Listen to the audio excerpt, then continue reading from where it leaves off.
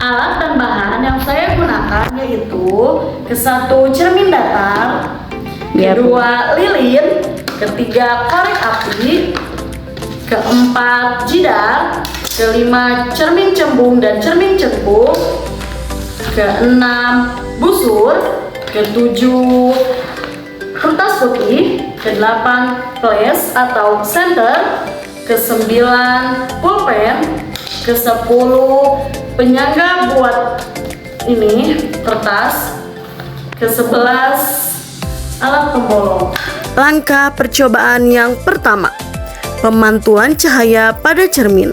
Susunlah lampu senter dan celah cahaya di depan cermin datar, kemudian nyalakan lampu senter dan amati jalannya berkas cahaya pada saat sebelum dan sesudah mengenai cermin datar.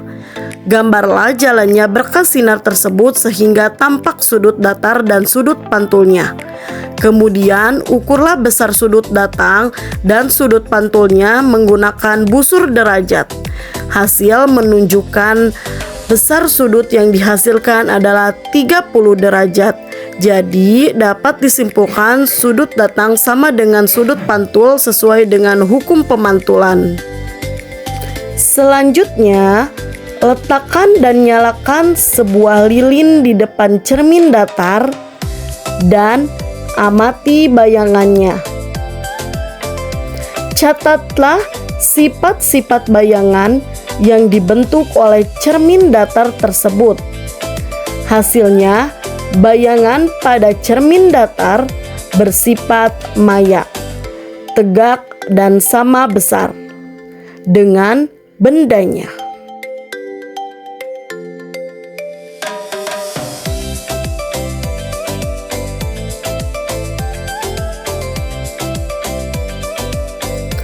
Selanjutnya, pemantulan cahaya pada cermin cembung. Susunlah alat seperti susunan alat berikut. Nyalakan lilin dan amati jalan berkas cahaya pada saat sebelum dan sesudah mengenai cermin cembung.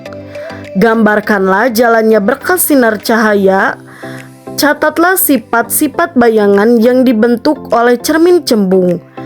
Hasil menunjukkan cermin cembung memantulkan sinar cahaya, menyebar atau divergen, dan bayangan yang terbentuk selalu bersifat maya, tegak, dan diperkecil.